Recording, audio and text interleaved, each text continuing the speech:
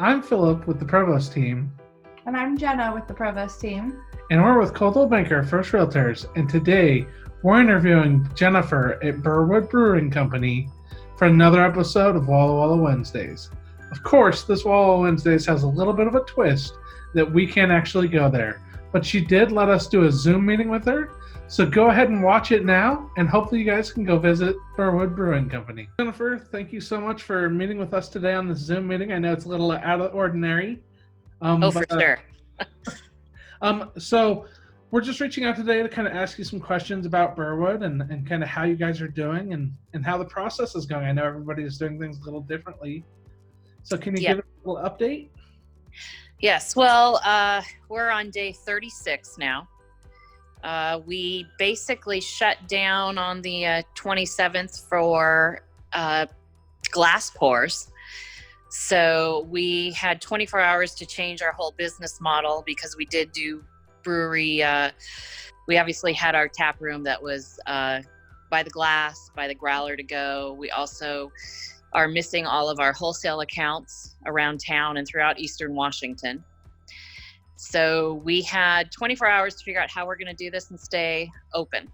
So luckily we were able to stay open based on what the governor had announced. So as of right now, we decided to be open every single day from 2 to 7. And part of that reasoning is it reminded me that I needed to be here no matter what. So I didn't have to figure out what hours, but it's been nice to at least have that normalcy of coming in and seeing some of our customers and regulars. We had launched a brew crew kind of club, which we had, let's see if I can show you. We had them all hanging up on the wall. I don't know if can you see that? Yeah, we can see that. So our club members are coming in and they're like, oh, we can't wait till we can drink out of those again. So, it's a long haul. It's a struggle. It's nowhere near what we were making prior to this. We've had to, as of right now, postpone a couple food truck nights. So April and May will obviously be postponed. We typically, this weekend, we have our big, huge spring seasonal event, which is our Goat Lord Maibach, which is one of our largest beer releases. And clearly that won't be happening either. So our tap room looks a little sad without the tables and people in it, but we're holding up, we're hanging in there. We're hoping to see a couple of our employees come back on in the next 10 days, maybe sooner. We'll see. We were lucky enough to have the approval of the 3P kind of loan available to allow us to bring back our employees.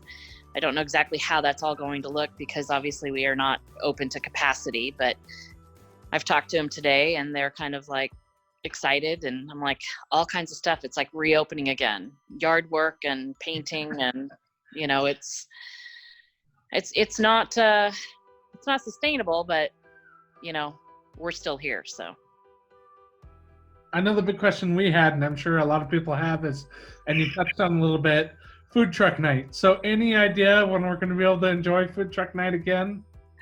Not until the governor kind of says something about it. I mean, I have a lot of ideas in my head, but until we kind of have an idea as to what the capacity, how many people we can have, I mean, we have the luxury of spreading out a lot.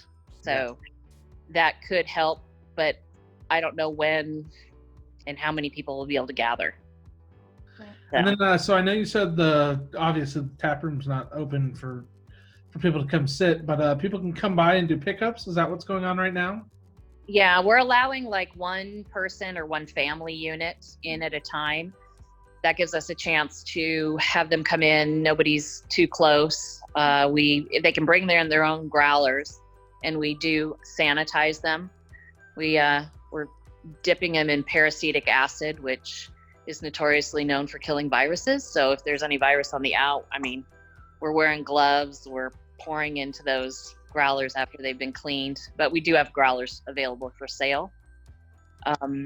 But yeah, and then we're disinfecting when they walk out. So Good. Not social distancing is pretty easy when you only have that, one or maybe two people in at a time. But I'm finding, I originally was thinking about, in these unprecedented times, the liquor board was allowing people to do delivery of alcohol, so we could deliver growlers and whatnot. But I found that most people were kind of like, it gives us a reason to get out. Yeah. And it also gives us a reason to at least touch base with you, even if it's just for a couple minutes. So that's always good to hear, because we do think we are really involved. I mean, we are involved in the community, and we still have a pulse as to what's happening with medical staff that's coming in, and people at the prison, and teachers and everyone else. So kind of gives us an idea as what's going on. But for the most part, Dave and I are here or at home, so. Yeah. And then have you guys released any new beer during quarantine? Or I know you said you had We did, yes. We shortly after we got shut down, we had the Antidote, which is our American lager. It's kind of our version that's going to be similar to Rainier, Olympia, Hams, all those kind of like beers. And a lot of people have really enjoyed it. Shocked at how we've gone through kegs of it. So, it takes 31 growlers to empty a keg. It's a lot of growlers. Yeah. Wow. It's I know that. and for glass pours, it's about 120 glasses. So it's a long haul to get through a keg. Yeah. So. And then speaking of kegs, online I saw that you guys do fill kegs and everything. Are those services still available right now if somebody wanted to come get a keg? We don't fill kegs, but we do have some kegs available.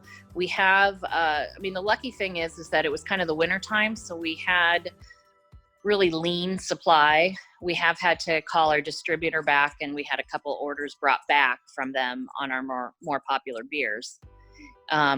So that the distributor was thrilled, because otherwise it was just sitting up in Spokane doing nothing. So that was kind of nice partnership with them.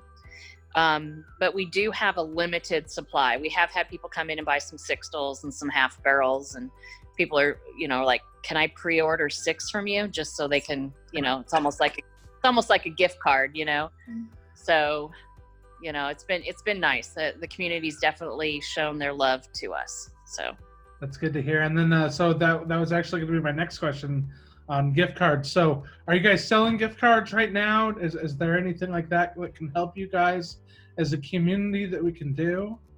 Yes. You can come in, you can buy gift cards, you can call up and buy gift cards. I do have on our website page a link that you can get to our gift card page if you want to just buy it online. I've had friends and family from afar even call us up and order them online, and knowing that they probably won't ever come in and redeem them. It's just the support of our friends has been pretty phenomenal to keep us going. So. Okay. And then, so with this video, to just try to get some traction, if we wanted to pre-buy some growlers, could we pre-buy and then give them away to people that share this video? Would that be? Oh, yeah, sure. For sure. Yeah. In fact, I've only done one delivery so far, which was kind of funny. Some guy had just heard about us, went online, checked out the beers, called me up and filled them up and delivered them. I was like, this is so unusual in the alcohol industry.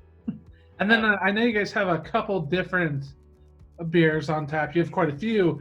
Is there any that are your favorite, or anything you'd recommend? Or right now, with this weather changing, I'm all about the Antidote or the Pilsner, because they're just so easy drinking beers. Mm-hmm. And if you want more of the IPA, I love our juice, which is our hazy, because it's really citrusy.